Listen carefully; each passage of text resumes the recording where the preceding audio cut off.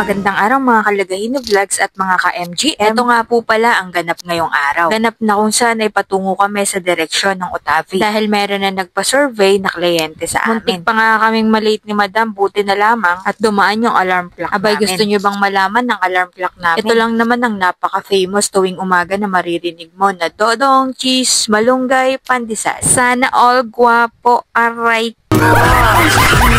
Nako po, sa umaga pa lang pag naririnig ko yan, pagmulat ng mata ko, natatawa na lang talaga ako. Kahit ata mga bata kasi alam na alam ang mga linyahan na to. Ayun, at balik tayo sa ating pinagkukwentuhan. Bago pa nga kami makarating ng Palipas ay kumaliwa na kami papuntang Otavi. Dahil sa way na to ay mas mabilis yung magiging biyahe namin. Bukod pa doon ay wala namang dumadaan na maraming sasakyan dito. Sa pagkakatanda ko nga ay isang motor nga lang ata yung nakasabay namin. Alas 8 pa nga lang ng mga oras na yan pero sobrang sakit na ng sikat ng araw sa balat. Kaya kung hindi ka maglalagay ng sunscreen sa balat mo kapag lalabas ka, talagang malamang na malamang ay sunog ang balat mo pagbalik ng bahay nyo. Katulad na nga lamang nung nag-survey kami sa Binanwahan Huban. May kung ilang araw ko din siguro na ininda yung hapdi ng mukha ko. Nasa gitna kasi ng kabukiran yung aming naging base at actual na location ng survey namin. Tapos nakalimutan pa namin maglagay ng sunscreen at nakalimutan din namin magdala. Kaya talagang ang ending, sunog yung balat ng mukha namin hanggang gayon. Ayun nga, at ilang minuto at ilang segundo ang nakalipas ay nakarating na rin kami at ang way na yan ay tinutumbok naman namin ang barangay hall. Bali kaninang umaga lang pala kami nakapagpa-receive ng letter dahil mag-aalas 6 na rin pala nakapag-confirm ang aming client. Pero datapwat ganun pa man wala namang problema sa mga katabing bahay. Dito nga ay pagbaba namin habang nagsusulat si Madam ay in-approach kami ni Nanay. At ang sabi niya ay akala niya ay mga vlogger kami. Syempre at dahil nagbablog tayo ay sinabi na rin namin na nagbablog kami. Tapos ayun nga tinanong niya kung ano yung pangalan ng Facebook namin. At nung sinabi nga namin na Lagahino Vlogs, ayun nga at medyo nagulat siya at ang sabi niya ay nakafollow daw siya sa amin. Pinapanood daw niya ang mga vlogs namin dahil lahat ng mga taga-Bula na nagbablog ay pinafollow niya.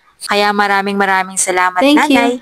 Nanay Eleanor Goa, God bless Nay at mag-ingat kayo palagi. At ganoon din po sa mga bago pa lamang nag-follow sa aming Facebook o aming tahanan, welcome po kayo. At syempre maraming thank you din po sa palaging nanonood ng aming mga video. Sana ay huwag kayong maumay. At shoutout din po pala kay Sir Romel Macalino Chavez na mula sa Barangay Kabugaan. Hello boss! Thank you at ingat kayo palagi. Ayun nga at pagkatapos naming magpapirma sa barangay ay eto, rekta na kami sa bahay ng client. Naiwan na nga kami ng mga boys, buti nilang nakita ko na kumaliwa sila. Dahil kung hindi ko nakita ay tsak, pihadong naligaw na kami ni Madam. Char lang. Actually, familiar naman ako sa mga kanto dito dahil nga, 2 beses na kaming nakabili ng lambat dito. At sa wakas ay nakarating na rin kami dito sa covered court nila. Ito kasi yung pinakamalapit na landmark na binigay sa amin ng client na malapit sa bahay nila. At literal na napakalapit lang talaga pala. Dahil konting lakad at sulong lang ay ayun na. Kaya nung bumaba si Madam ay hindi na ulit siya umangka sa akin dahil naglakad na lang siya. Ilang hakbang na lang naman kasi at nandun na sila sa may gate agad. At habang naglalakad daw siya ay napatigil siya sa mga bata.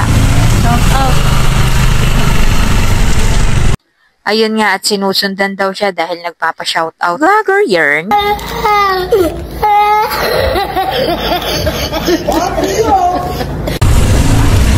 Wala ko na mga bata din. Samay pala yun. Dito nga ay pinapasok kami ni Kuya para daw maipasok namin yung mga sasakyan. Buong akala ko nga kaya ipinapasok ang sasakyan ay dahil dito mismo kami actual na magsusurvey. Hi guys, nandito na tayo sa location ng client. Nang nakapasok na nga ako ay hindi naman nagtagal at ipinasok na rin nila ang chariot. Ngayon mga batang humahabol kanina, shout out daw. So ngayon nandito na tayo sa aming bahay bakasyonan. So tara guys, i-tour namin kayo sa loob. Char lang.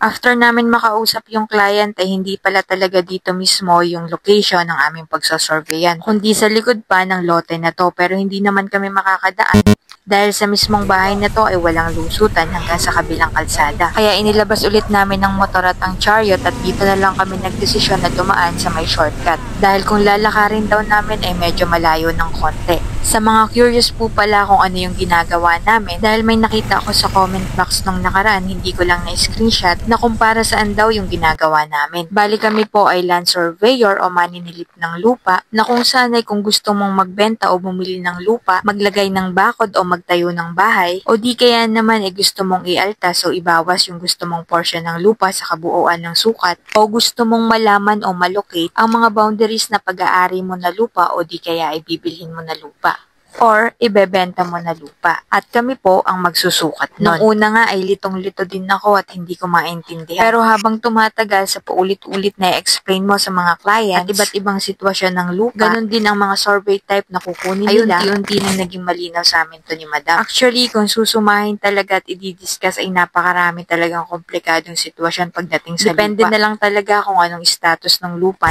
Ayun, magandang umaga mga ka-MGM and Tagahino Vlogs. Ngayon ay nagkakandak tayo ng segregation survey dito sa Barangay Utapi. Segregation? Altas? Una, location eh. Altas to. So, dito tayo sa may kahabaan ng Utapi Road. Dito ang base natin sa may kalsada. And kasalukuyang nagdi-discuss pa si engineer at saka si ma'am, ang client natin doon sa bandang loob. So, tara, puntahan natin. Napakaganda ng ano natin ngayon dahil hindi ganun kainit. Nasa ilalim tayo ng mga puno. Kaya kung kayo po ay may mga issue o may mga problema sa usaping lupa, ay pwede nyo po kaming tawagan or i-PM sa mga numero na nasa page namin. Ang MGM Surveying and Mapping Services Bulan Branch. Okay guys, ito yung continuation ng ating segregation survey dito sa Barangay Utapi, Bulan. So sa ngayon ay tinuturo na kung saan yung mga hangganan sa ating client. So sa lahat po ng mga naghahanap ng land surveyor or maninilip ng lupa, ay maaari nyo po kaming tawagan sa mga numero na nakalagay sa aming page. Paki-follow na rin po sana ang surveying page namin, YouTube at TikTok account. Ito ma'am, nakapropose na ito ma'am sa... Magmumuha na tayo guys, kasama ang client.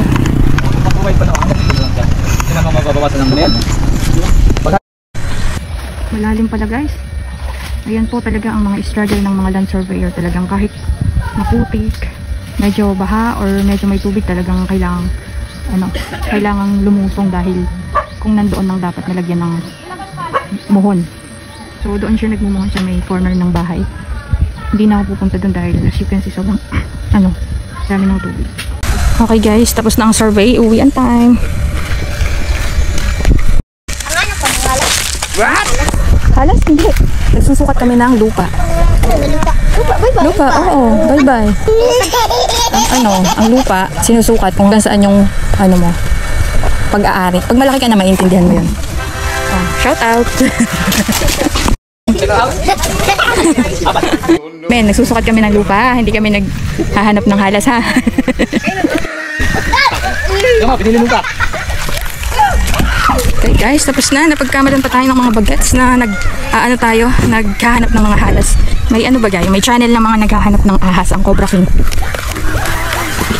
Hala nila yan tayo dahil mga nakablock kami.